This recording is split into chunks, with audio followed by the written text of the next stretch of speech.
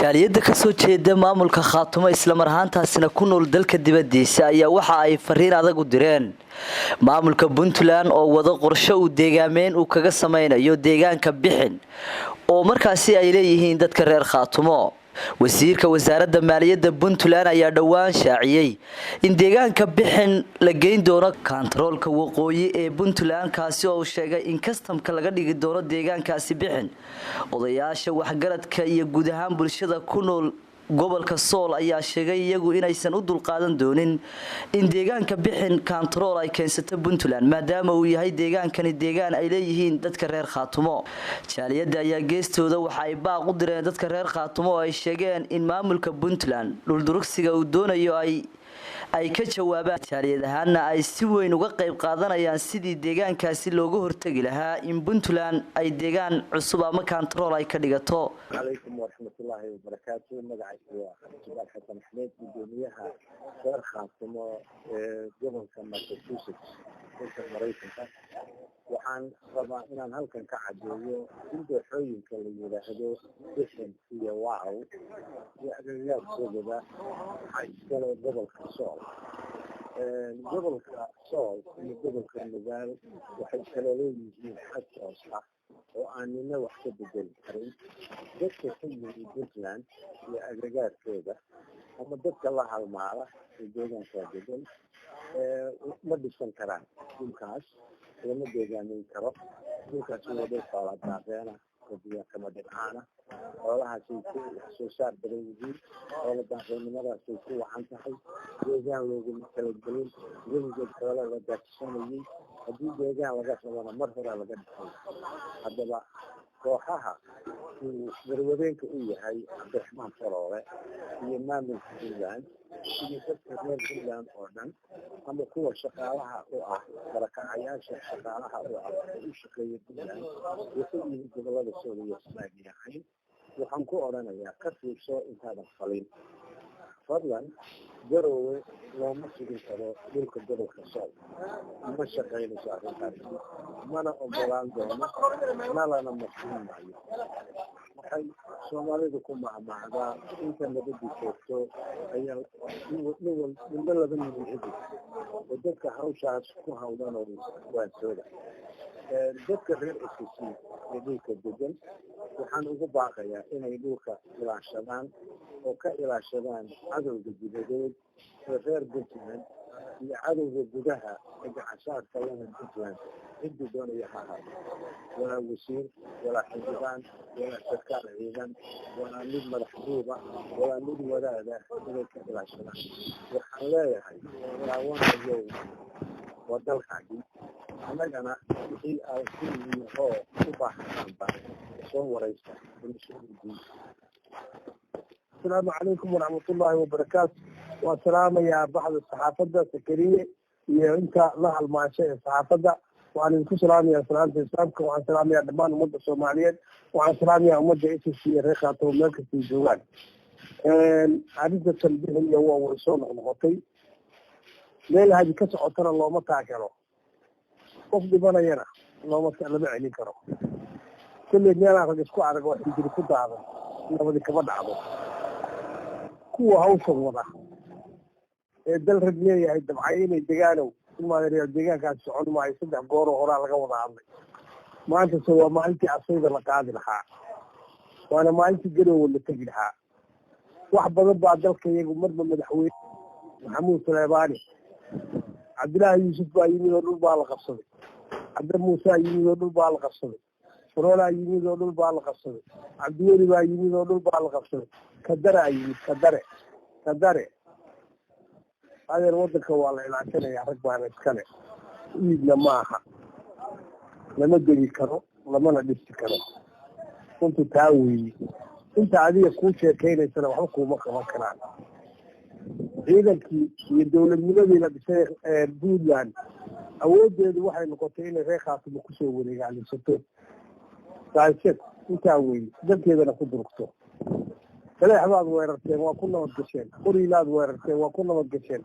بمبركاد ويرتين وكنا متقشين والله يتم كنا متقل ميسان أنا قالوا تيجي شيء من الدنيا الكمدين garow dhexdeeda lagu xisaabtamaya haddaydan dib uga qaadin 24 saac gudahood idinkii kuwa idin saacabeynaya. Assalaamu calaykum waraxmatullaahi wabarakaatu. Assalaamu calaykum waraxmatullaahi wabarakaatu. Magacaygu waxaa la yidhahdaa Xuseen Xasan Jaamac. waxaan ka soo hadlayaa North America, gobolka Ohio, magaala madaxda Columbus. anagoo ataaliyada magaala madaxda Ohio, magaalada Columbus, waxaanu halkan ka cadaynaynaa in bixin iyo wow deegaanka gobolka Sool ka tirsan hadda aanu maqalnay inay kusoo fidayso Garowe, inaanu uga digayno yarwadeenada hadda iyo kuwa ku kaalmeynayaba digniin ay kala kulmayaan hadday kusii dhaga adeegaan caqab xumo iyo waxayna weligood arag inay kala kulmayaan baan halkan ka cadaynaynaa. waxaan dhammaan u sheegaynaa dadka reer Khaatumo ama deegaanada dhulbahantay meel kastay joogaan inay deegaankooda ilaaliyaan, halkaas waxa ka jirana ay heegan ka galaan, amin iyo waqti iyo saacadii ma baahdo inay meel walba ka soo qaadaan oo ay gacanta saaraan waxa halkaas faraxumada ka wada iyo eedarrada. ninna ma dhisi karo deegaanu ka waxayn. waa dhulbahanta leeyahay, ciise maxamuud oo ma dhisan karti, baroolo ma dhisi karti, wax badan baad nala gashay oo haddii dhulbahanta ku nabad gashay. waa ballan, waxaanu kaaga ballan qaadayna in dhiiggeenna uu tog noqdo oo aad wixii weligiin arag ee ka dhacdo haddaynan hadda degdeg ooga bixin. waxaanu u sheegaynaa dhammaan deegaanada reer Khaatumo ama dhulbahante, marka Khaatumo la yidhahdo waa dhulbahante, inaanu diyaar u nahay hiil iyo hoon ay la garab taagannahay. haddii halkaas wax hawshaasi ka sii wadaan nimankaas in aad wax ka qabataan aana diyaar idinku nahay, waa hiil iyo hooba. assalaamu calaykum waraxmatullaahi wabarakaatu. aynu salaamayna dhammaantiin. waraxmatullaahi wabarakaatu. magacaygu waa Cali Axmed Yuusuf. waxaan ka soo hadlayaa Australia, gudoomiyaha taaliyada dhulbahante Australia. anigu afkooda ku hadlaya. waxaan rabaa inaan anigu 3 qolo baan anigu la hadlayaa. 3 qolo anigu horta ma jeerteen waxba odhan maayo, kana hadli maayo, laakiin ma jeerteen waa niman iyagu doonaya dhul ayna lahayn oo saa'ildoona. waa niman halkaa xiliya dhigtay. ka hadli maayo ma jeerteen iyo xiliyahooda cadcad ee waaweyn ka hadli maayo, laakiin waxaan la hadlayaa 2 qolo. kuwa maamulka Puntland ka tirsan ee dabaqoodhiga ah ee 17 xildhibaan dhulbahante ee baarlamaanka lagu sheego dhulbahante ee baarlamaanka Puntland ku jira ay ka mid yihiin, ee madaxweyne ku-xigeenka lagu ba'ay uu ka mid yahay. hadda kii hore abadhaamada kii hore saas oo kale loo soo diray waxbuu ka qabtay oo uuba ka celiyey, kan xitaa ka hadliba maayo. iyo nimanka sheegta isimada ee marba geedka hoos fadhiista. ilaahay baa geedkaydigo ku ato ee dhulbahante kala dilay, ee dalkoodii iibinaya, ee nabaadiyey.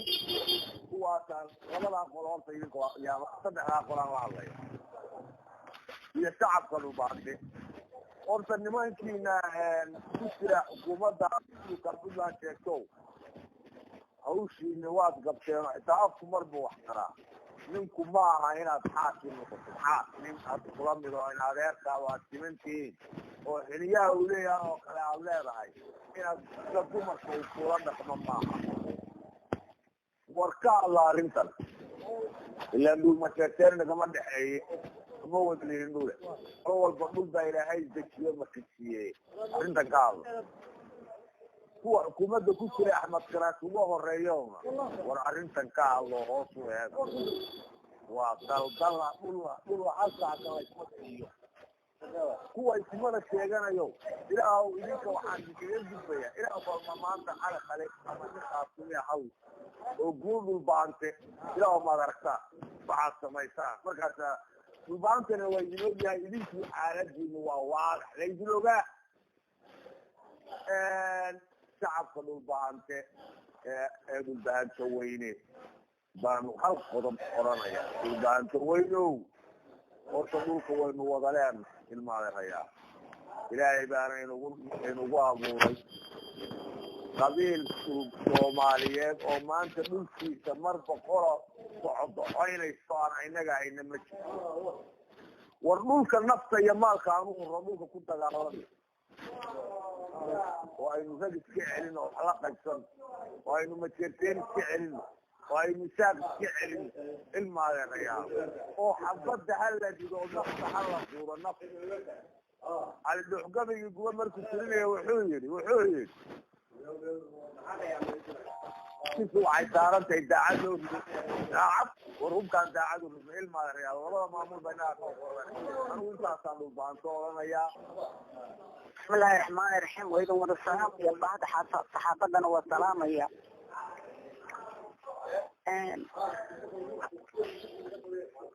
waxay ila tahay waa ogaaday rumaante waa ogaaday nimanka la yiraahdo way ogaatay markii ay nafta u yaabeen albaabka lagu soo garaacay ay shidadeen leeyihiin soo gal yiraahden ka kacay sool baa la xoreynaya xoolahay yaraayeen ay haysteen soo deebi garay waa lagu ilaashay xoolahay garow waa lagu ilaashay wuu ilaalaystay ninka la yidhaahdo farolow adduune khatal buu yidhaahadan galay adduun baa ku khatilay walle caleentaadii baa caddaatay hooyadoo dilooyino caleenteennii baa caddaatay markaa uhungurooteen bixin iyo wow dadooxooyinka quruxda badan eegateen rag baa leh oo weligii lahaan jirin iminkana yeelanaya ma dadoysaan haddii wiilkii naga hadayo ma dadoysaan waa leenahay annagaa leh maxrin iyo garow waan ku badinayaa haddaan garowa tuuladiisii xumla la waayin xitaa oo daaraha dhaadheer la waayin oo quruxda la waayin oo dhalooyinka la waayin adiga weyi haddaadan ka fadhiisan oo naga tegin waad nagu mantay haddaadan naga tegin haddaan mara dhiiglaadan la tegin oo nuurigaaga la waayin oo aadan odhan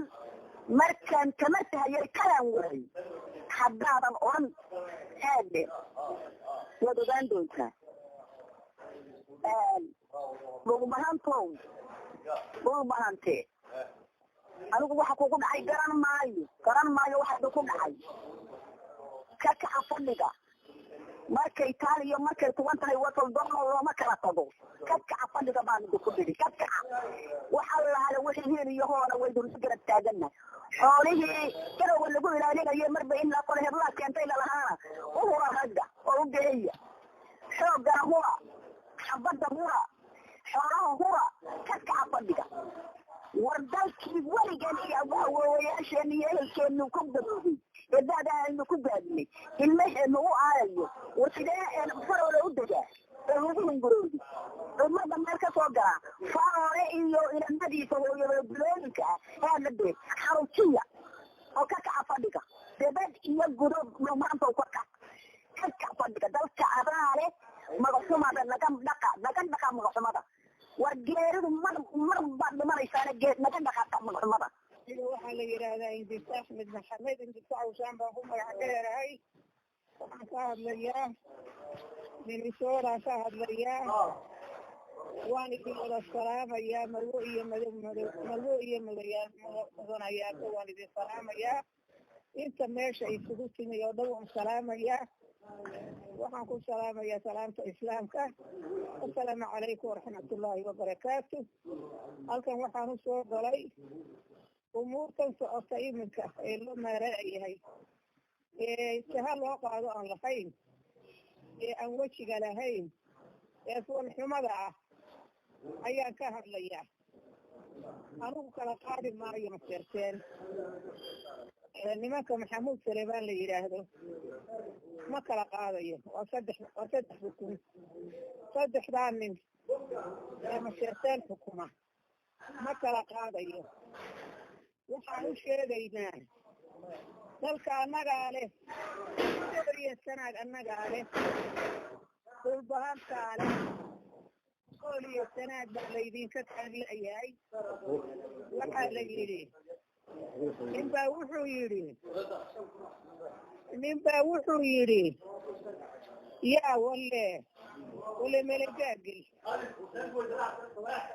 melegaagel melegoodaa galay sanadkan melegoodii baa ku galay wax nalooga siiyo lama garanayo wax dhulkan laga siiyo lama garanayo waxaa weeye ilmaadeerayaalow annagu ma socdin dhiiggaasa laakiin idinkaa doonaya waxaad doonaysaanna waad helaysaan si dhaqso aad u helaysaan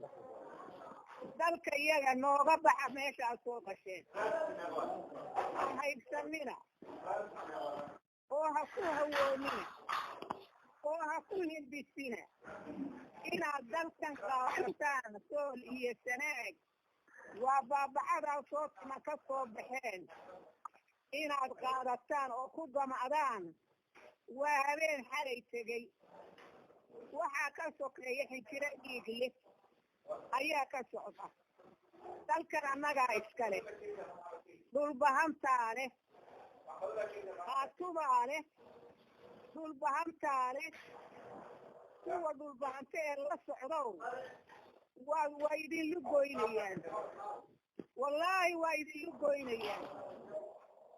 ee inaanay naf idiin wadin waxaad odhan doontaan alle maxaa nagu waday been bay noo sheegeen warkaad dhexda ka qaniini doontaan haddaad kool iyo sanad soo hawaysataan waa inaad ka baxdaan waa inaad ilowdaan waa inaad liiskiina ka tirtirtaan sool iyo sanaad ka tirtida iska ilaawa kalmuusaa laydinka soo eriyey oo laydinkaga adkaaday oo laydinka qaaday dalkii marka ma halkana idiin macaanaatay saad macaan baa halka idinka buuqday halka waad eedaysaan waxaad ku socotaan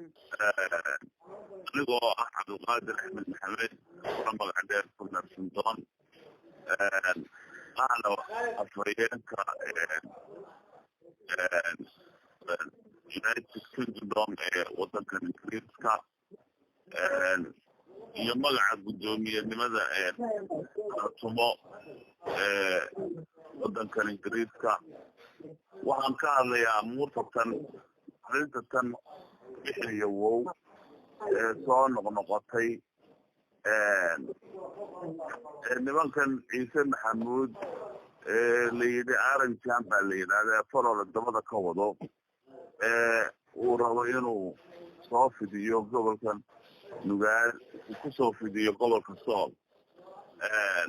arrintaasi arrin suurto gelaysa ama arrin aad maxay hayteen riyadaad beentaad isu sheegteen arrinay maxay hayteen idin hirgelaysa arrintaasi maaha waa arrimaad ku dhimanaysaan kii kalshaale ka dhacday habar jecla ku dhacday ama isaaq oo dhan ku dhacday walla bartaasoo kale idinku noqonaysaa oo maanta marka layidha kalshaale lasoo hadal qaado nin waliba waxa weeye candhuuftiisa dib laqayo walla taa midka daran baa kasoo socota halka kan wuxuu yidhi mid kuwaan ka dhigan baana kan kadabulla abnayne gabaygii ismaaciil mire marka waxa weeye waxaan arkaa anigu kuwa aan kadabulla abnayn oo waxa weeye kitaabkoodii buuxsamey oo waxa weeye iska soo doontay rag libaaxyo meel iska fadhiya nin iska soo doontay oo yidhi waan ag fadhiisanaya geed baan la hadsanaya anugu baan arkaa arrintaasina arrin hirgelisa maaha iyo arrin soconaysa maaha dadka meesha tan garowe fadhiya ee geela igarka ah ee ama ismaha lagu sheego ama shaqaalaha lagu sheego ama maamul ha loogu sheego meesha ha u fadhiyeen waa geel igara hasha igarka marka saanta yare maxay ahayte loo qaado saantaasunbay iska saacda marka saantaa marka meeshii loo dhigo unbay dee magaranaysaa istaagtaa marka waxaan leeyahay kuwaasi waa halligaana waa haragaa yare iyo hasha lagu maalayo waxna idin tari mayaan waxna ma bedeli karaan dhulbaantana waxba kama bedeli karaan microphone yaroy maalin meel soo qabsadaan oo maalin bakhaatumo meel ka cayaan mooyaane waxay dadka ka bedeli karaan iyo dalka midna ma jirto raganimo hadday leeyihiin qaatay ka hadli lahaayeen oran lahaayeen dhulka annagaa laho waxa weeye ma dhisan kartaa mana odhan kara kuma dhacaan fiil baa la siiyaa halkaasay fadhiyaan nin xinin yaroo ku dhici karaa kuma jiro haddii la yidhaha cali khalifa la caayana waxa weeye beninka kanu kasoo xoog weyahay oo halkan soo fadhiisanaya waa dhulmaanta waa idin bartay kuwa garowa joogo shaqaalaha kaana waa isku wada mida waxa weeye waa waxaas igarka ah waa hataa igarka marka waxaan dhulbahanta kula dardaarmayaan hal naaskeed ninka gaadha qoryahayna qaata ha lagu dagaalamo dhulka ha la isgarab taago waxa weeye ciidamada halkaa bixin iyo wow hor fadhiya ha la garab istaago ha lagu biiro annagu waxa weeye waxaan idinku biirinay lama joogne hiil iyo hooba naf iyo maal wax allaala waxaad u baahan tihiin wadna garab taagana waayo waxa weeye inagu waxa weeye dulmi ma wadno dhulkeeni baa duulaan lagu soo yahay mar iyo 2 iyo 3 toonna ma aha marka waxa weeye waa inaynu dhulkeena difaacanaa majaarteena dhulina kama qaadi karo waa habeenkii xalaayo tegey marka waxaan kusoo gabagabaynayaa fadhiga laga kaco waxa weeye ha la isgarab taago ha loo kaco nin ku hadlay nin walooba qorigaaga hal naaskee gaadhayoba waa qorigaaga qaado oo waxa weeye nimanka dhinacaha lagaga bilaabo habeen iyo galabba ha la miro ha loo diido nasasho iyagu nabadda ha ku buuxeen soo garan maysaa marka waxa weeye halkaasaa soo dhigaya aynu sanqaad dambe dhulka ayaan sanqaad dambe laga maqlin iyo majeerteen baa halkan ka faranaya yaan laga maqlin sanqaad dambe asalaamu calaykum waraxmatullaahi wabarakaatu magacaygu waa toosiya ciise waxaan joogaa dalka ingiriiska waxaan kamid ahay jaaliyadda khaatimada soomaaliya waxaa halkan iskugu kaya keenay maanta arrinta ka socotaa bixniya wow waxaan rabaa inaan 2 kelmadood idhaahdo maamulkan isla hadiyey soomaalidu waxay ku macnaadaa ammaan kugu raagtay inaad leedahay rajnida hore waxyaalo badan si iisiya loogaga tegay oo ay kamid tahay magacii nidaal oo ay kamid tahay inay hadda sheegtaan muxuuha meesha la yidhaahdo muxuuha darwiish ay sheegtaan oo ay ula baxaan ciidamadooda waxaan u sheegaynaa maamulka faroole iyo wiilashiisa ilaa hadda ay ka taliyaan annaga waxaan maqalay nin maqaar saara ayaa meesha jooga laakiin maskaxda wuxuu ku taliyaa ninka la yidhaahdo muxuuha farooliya labadiisa wiil bixin iyo wow dhulbahantaa leh waa carro dhulbahante ogaana hore uma qabsan adiguna awood aad ku qabsatan ma lihid waxaan filayaa haddaadii ayaa meesha taalla 3 jeer oo hore ayaa meeshan lagaa eriyey laakiin waxaan u malanayaa maalintaasi waxay ku ficnay hore 3 hore in aad diigaaga carabto maalinta waxay ku mahmaadaa dawaco meeshay macalka alkay macalin ugu baqsida dalkan awoodna uma lihid taariikh cusubna ma samaysanaysid awooyaasha ayna lahayn faroolo waxaan u malanayaa 3 wiilba la kabaraadisha iyo 3 muxuuha bidin cimaaradooda muxuuha dalooyinka ah laakiin dhulkan rag baa leh kaana xiliyaweyn kaana taariikh badan wallahi habeen kuma ladesid baan ku yidhi waxaan ku odhan lahaa ha ku deeqdo garowe dul haddaad u baahan tahay waxaan filayaa kuwii aad saaxiibtinimada kula doonatay muxuuha ee aad wata dadka siisay taasabaan ku odhanka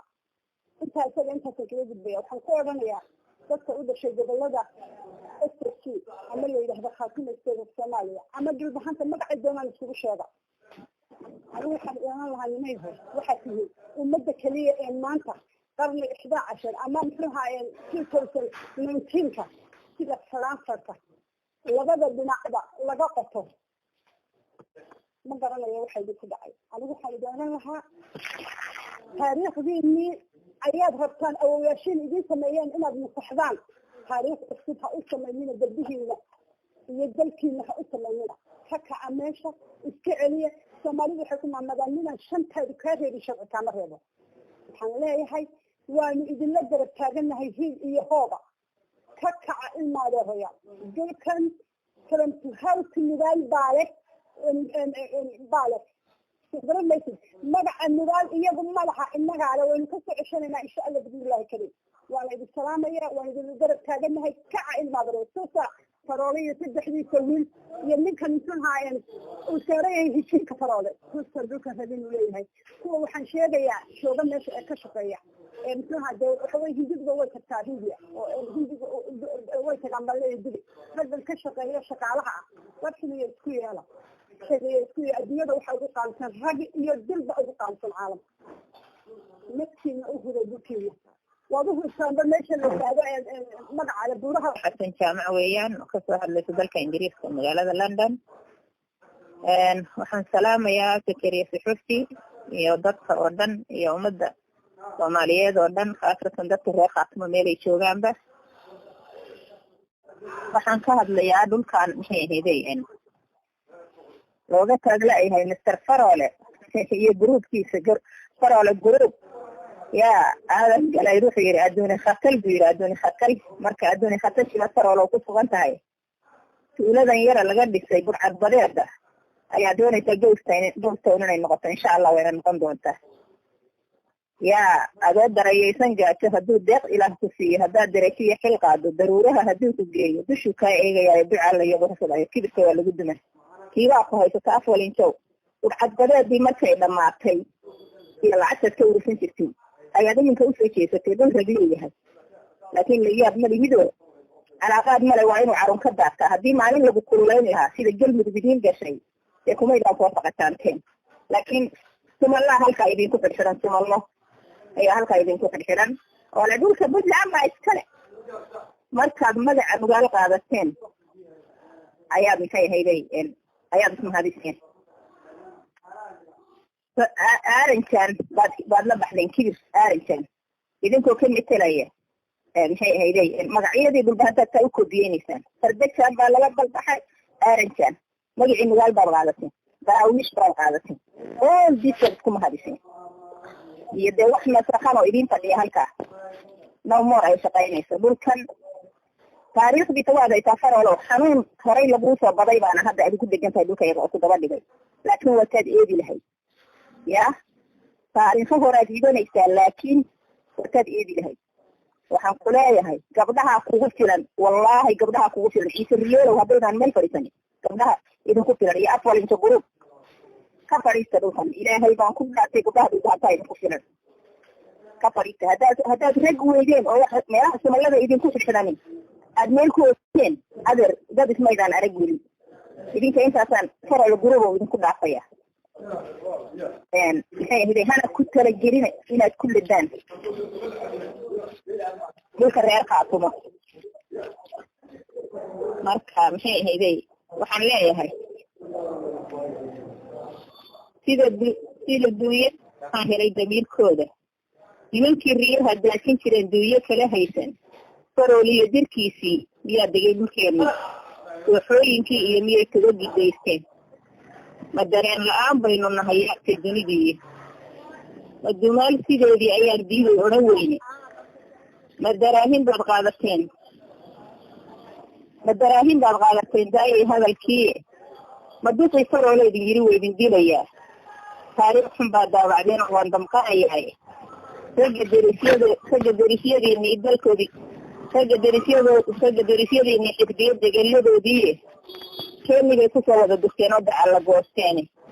war baldidiisu eegoo fikirayaabkay dunidii war malaafay baa idinku degay culimo doondoona oo diida waxa liiteen dumarku yeeleen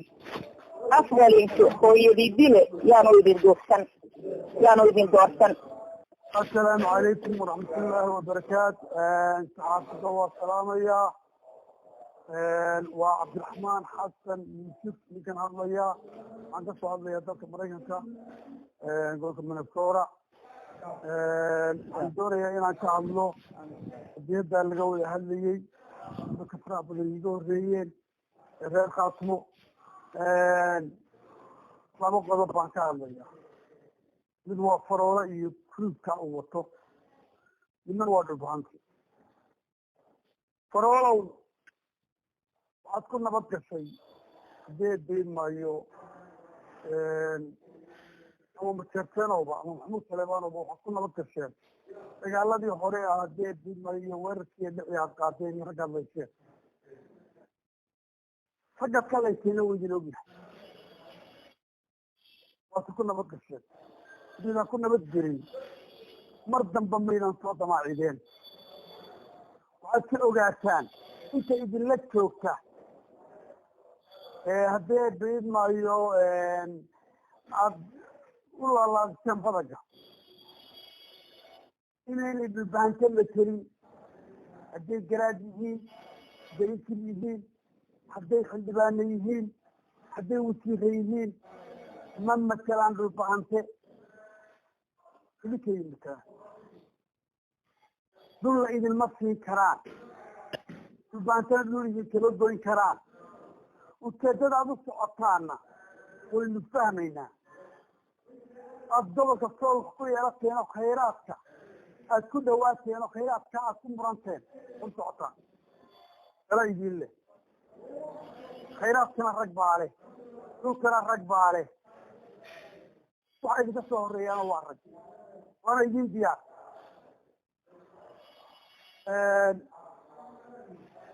idinka suura gelayaane majiro inta dhulbaanta miisa nool yahay wallahi idinku xuniyawooba kusoo socotaan anagu garow waan kusoo soconnaa muraayada naga tabi maayaan saara naga duwi maayaan waxaan kusoo soconaa garow ku talagala idinkaana lagu keysay idinkoo xuniyawooba dul fadhidaano haddee beed maayo aada leedihiin aynu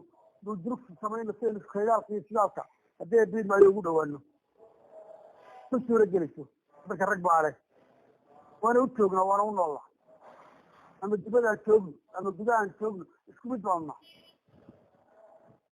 intaa idinkaa waxaan leeyahay haddee beed maayo nima kala majeerteen waxaan kaloo ugu darayaa majeerteen hadduu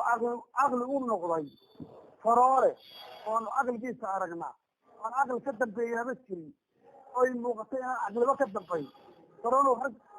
majeerteen rag ba sarkasaana ogaada waana dhulbaanta waxay iska soo horeeya waan istaqaanaa intaa majeerteen baan leeyahay iyo wiilasha iska soo horreysiinayo faroole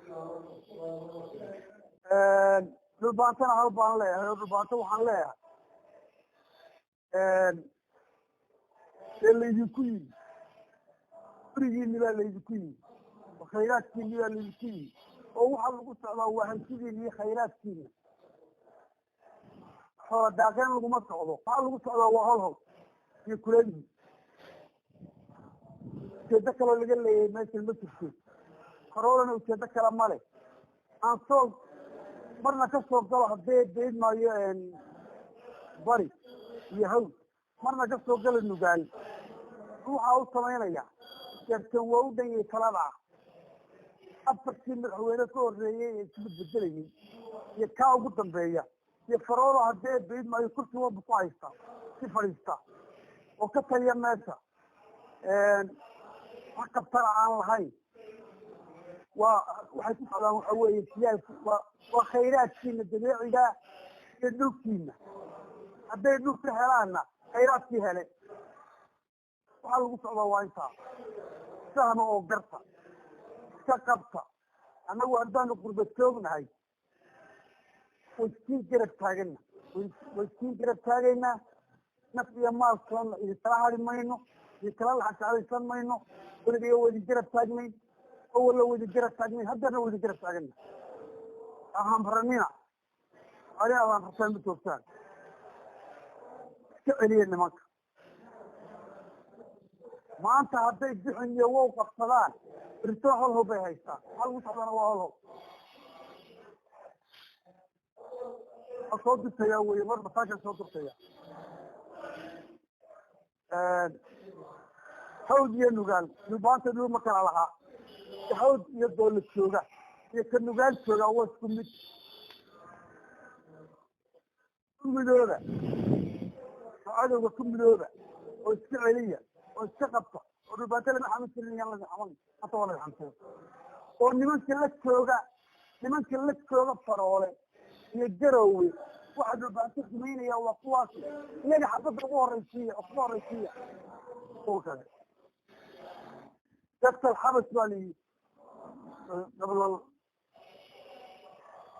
marka waxaan idin sheegayaa in maarayaal maanta meel aadee deedmaayo dib soo fadhiisateen ma jirto waxaad eegateen ma jirto waa kaba dambaystii farooda waa markii lixaadu halkaas soo weeraro way og tihiin iyo wiilashaan iska soo horraysiinayaa maanta hala baro wuxuu yahay dhulkana inad leeyahay hala baro siusa ugu soo qaban markale way salaamayaa